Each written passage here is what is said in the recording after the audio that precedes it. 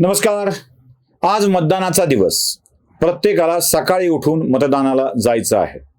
मतदानासाठीची प्रेरणा म्हणून तुम्हाला पुण्यातल्या एका सोसायटीच्या बाहेर लावलेला हा बॅनर दाखवतोय.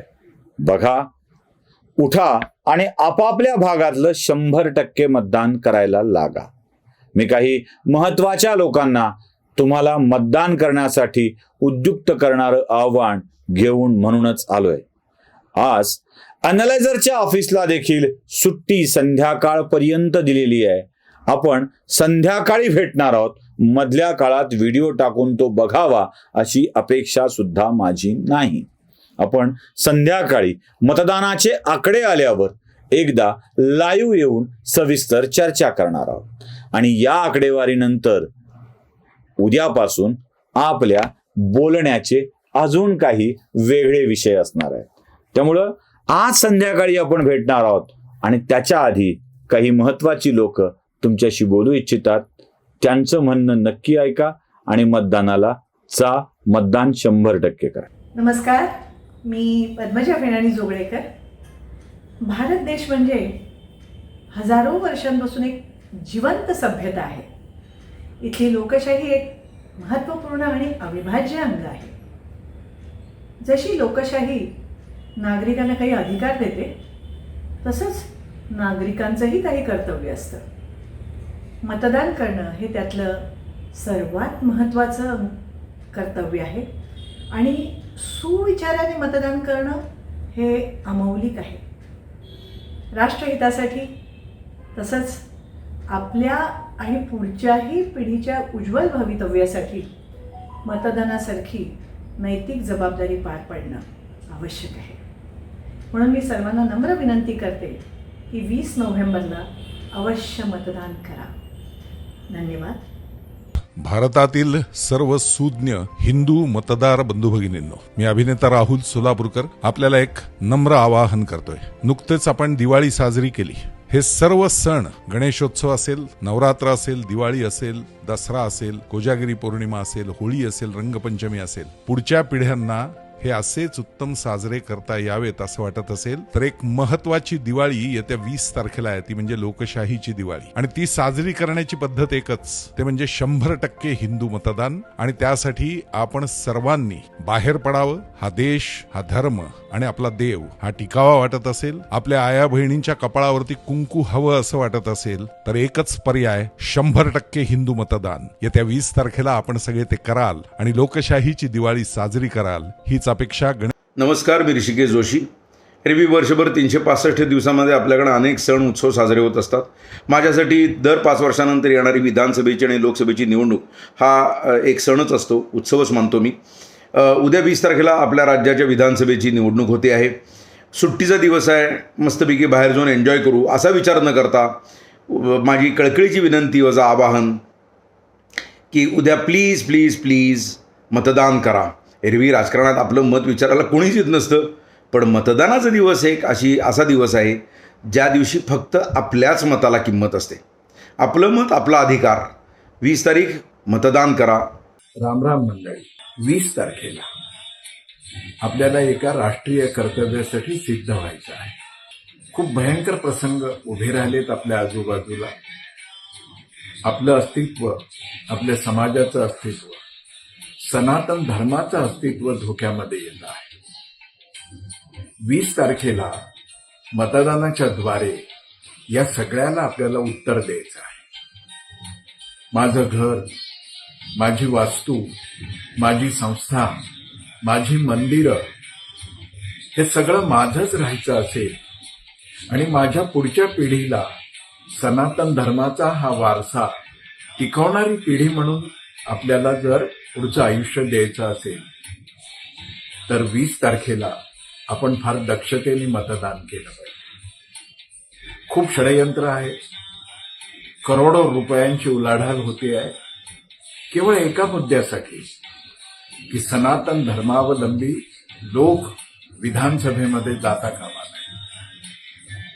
सर्व शक्ती ज्या राष्ट्रीय अस्मितेच्या विरुद्ध आहे, जातीपातीच्या भेदांवरच ज्यांचं सारं भांडवल आणि दुकानदारी आहे, अशा सगळ्या शक्ती, दुष्ट शक्ती असुरी शक्ती एकवटल्या.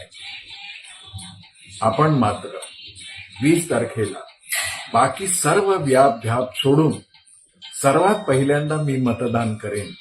आणि मी मतदान त्यांनाच करेन जे देव, देश आणि धर्मासाठी कटिबद्ध आहे.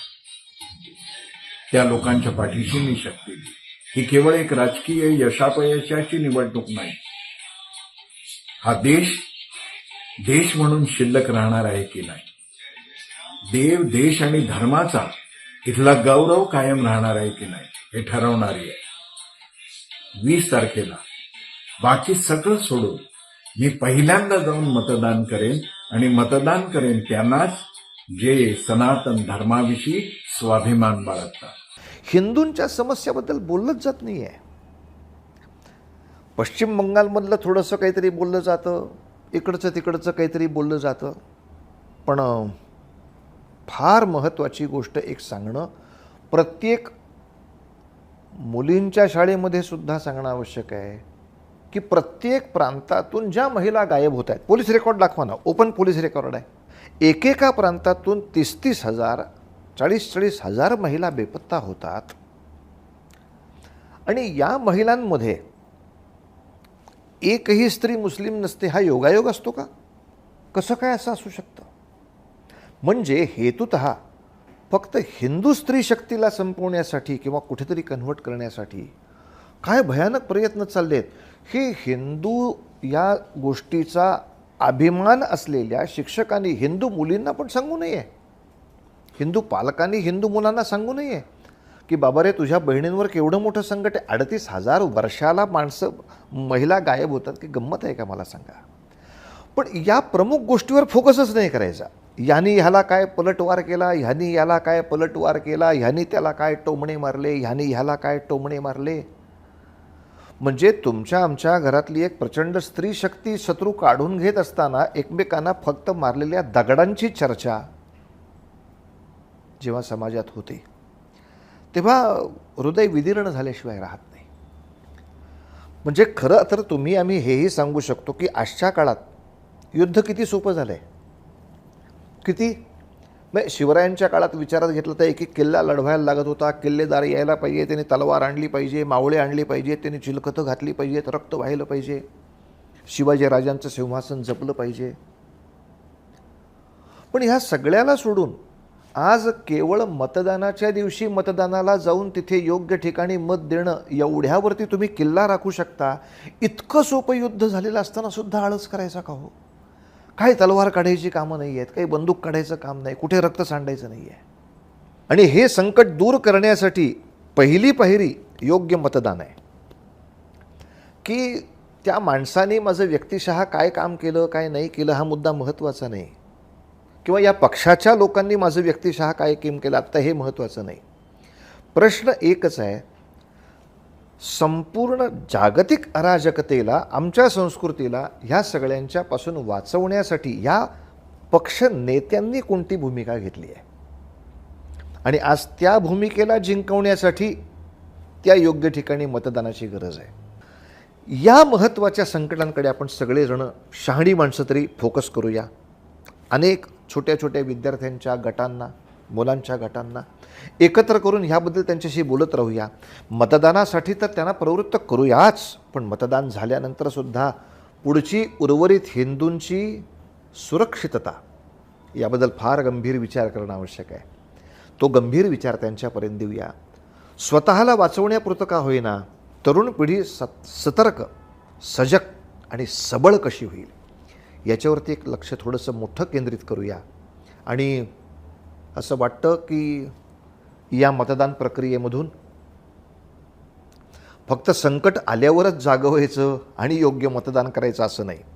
योग्य वेळेला तुम्ही आम्ही जागे राहिलात तर आपण निवडून दिलेल्या माणसावर सुद्धा एक दबाव असतो की या पद्धतीनं ह्या विचारांनी तुला वरती आणलेलं आहे आणि हे नाही केलंस तर तुझा मृत्यू या सज्जनांच्या शापात आहे, लक्षात ठेव. या सगळ्यांचं बोलणं ऐकल्यावर सुद्धा आता मी पुन्हा विनंती करणार आहे, मंडळी मतदानाला जायचंय, हिंदुत्वासाठी मतदान करायचंय. जो राम की बात करेगा, जो हिंदू हित की बात करेगा, त्यांनाच मतदान करायचं आहे. नमस्कार. चला मतदान करा आणि दाग अच्छे है म्हणा.